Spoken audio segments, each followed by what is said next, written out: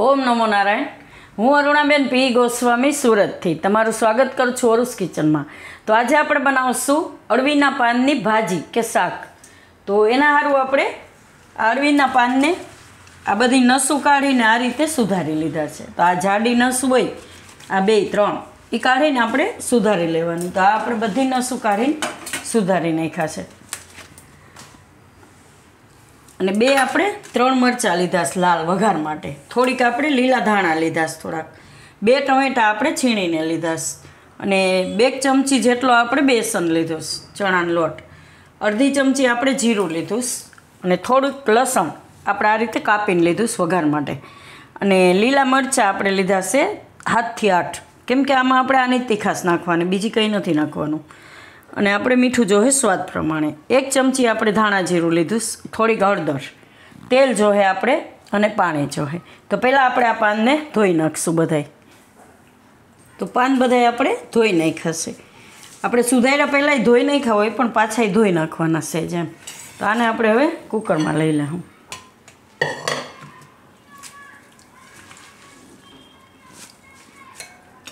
તો બધાય પાન આપણે કુકરમાં લઈ લીધા છે।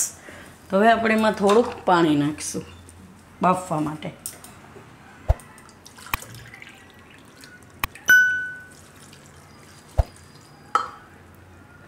તો 1.5 કપ જેટલું આપણે પાણી નાખ્યું છે। કુકરનું ઢાંકણું બંધ કરી દેવું।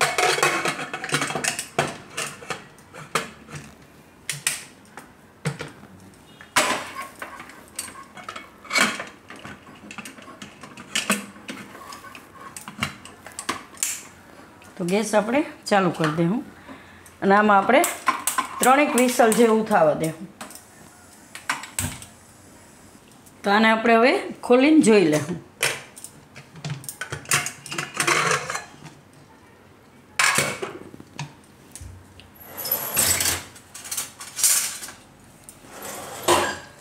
તો એકદમ સરસ બફાઈ ગયું છે અને પાણી બરાબર છે, વધારે પાણી નથી, आ रीतनु एकदम बफाई जवुं जोईए। तो आने आपणे एकदम आ रीते छूंदी नाखवानुं ने एवुं होय तो ब्लेंडर फेरवी शको तमे। तो सेज आपणे आमां ब्लेंडर मारी देवुं।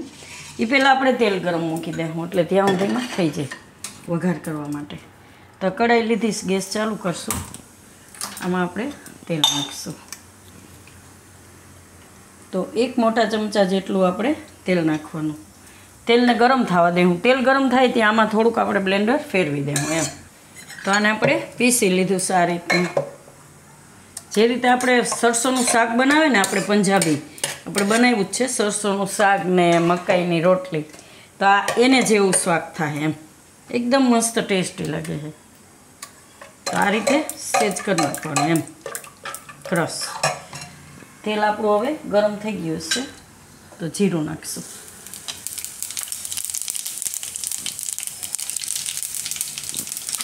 અને લસણ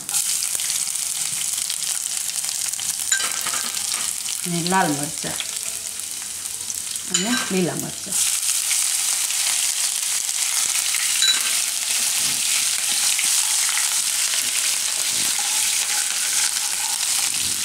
આ રીતે થોડુંક લાલ થવા દેવાનું લસણને। હવે આપણે આમાં આ બેસન નાખશું, ચણાનો લોટ જે આપણે લીધો એ આમાં શેકાઈ જાય સરસ તેલમાં।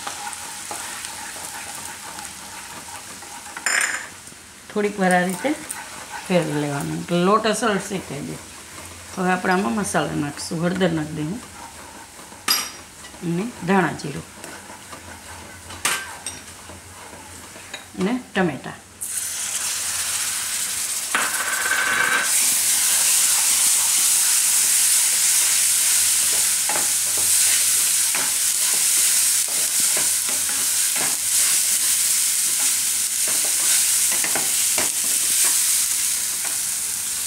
मीठું નાખી દઉં આપણે। તો મીઠું થોડુંક વધારે જોઈએ, આપણે બાફવામાં નાખ્યું નથી એટલે। હવે આને આપણે આમાં નાખી દઈએ।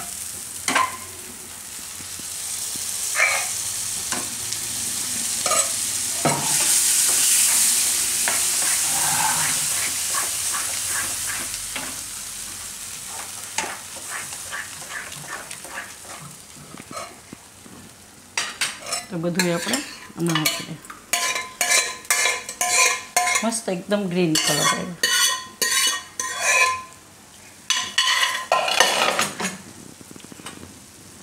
અને મિક્સ કરી લઈએ.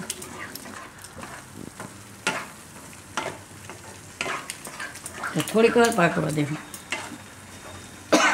સોરી, ચણાનો લોટ નાખીએ ને એટલે આમાં જે પાણીનો ભાગ ઓછો દેખાય એમ. થોડું ઘણું પાણી આપણે આમાં નાખ્યું હોય ને એ હોય એટલે બેસનને લીધે ઘાટું થઈ જાય સરસ એમ. એટલે ચણાનો લોટ નાખવાનો થોડોક 2 ચમચી જેટલો જ એમ. લીલા ધાણા નાખી દઉં થોડાક.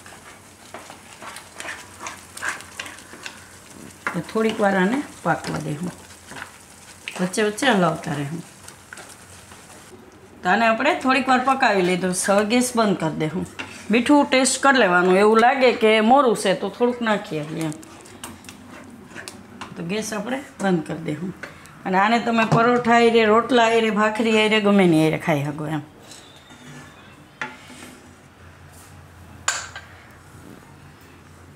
કોઈને બનાવીને ખવડાવશો તો ખબર નહીં પડે કે અળવીના પાનનું કરેલું છે.